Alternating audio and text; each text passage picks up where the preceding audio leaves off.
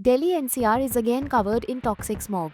AQI is touching severe levels, visibility has dropped, and millions are breathing hazardous air.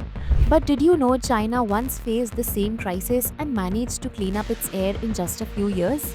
So, what did China do right and what can India learn?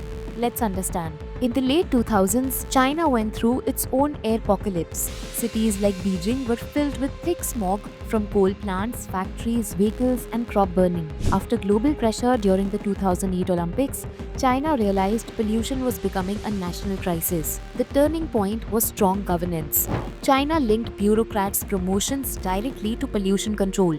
If air quality did not improve, officials' career did not move forward. This created fast, coordinated action across the entire country. China also shut down thousands of outdated coal plants, steel mills, chemical factories, and smelters. At the same time, it invested heavily in cleaner technologies and tightened emission norms, which quickly reduced PM 2.5 levels. Cities like Shenzhen replaced all their buses with electric ones. Many cities electrified taxis and public transport. This significantly cut vehicle emissions. Studies show the biggest improvements came from replacing coal boilers, cleaner household heating, shutting local polluting factories, and stricter vehicle norms.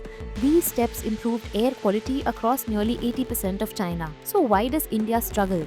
We have similar laws, but enforcement is weaker and responsibilities are split between many agencies. We rely on reactive measures like GRAP that activate only when air becomes dangerous, whereas China followed continuous long term planning. Experts say India can realistically adopt these lessons: stricter industrial and vehicle norms, more electric buses, wider clean cooking fuel access, stronger monitoring systems, and clear accountability for every city and state. China's experience shows polluted skies can clear, but only when action is steady, science based, and backed by political will. If China could do it, India can too.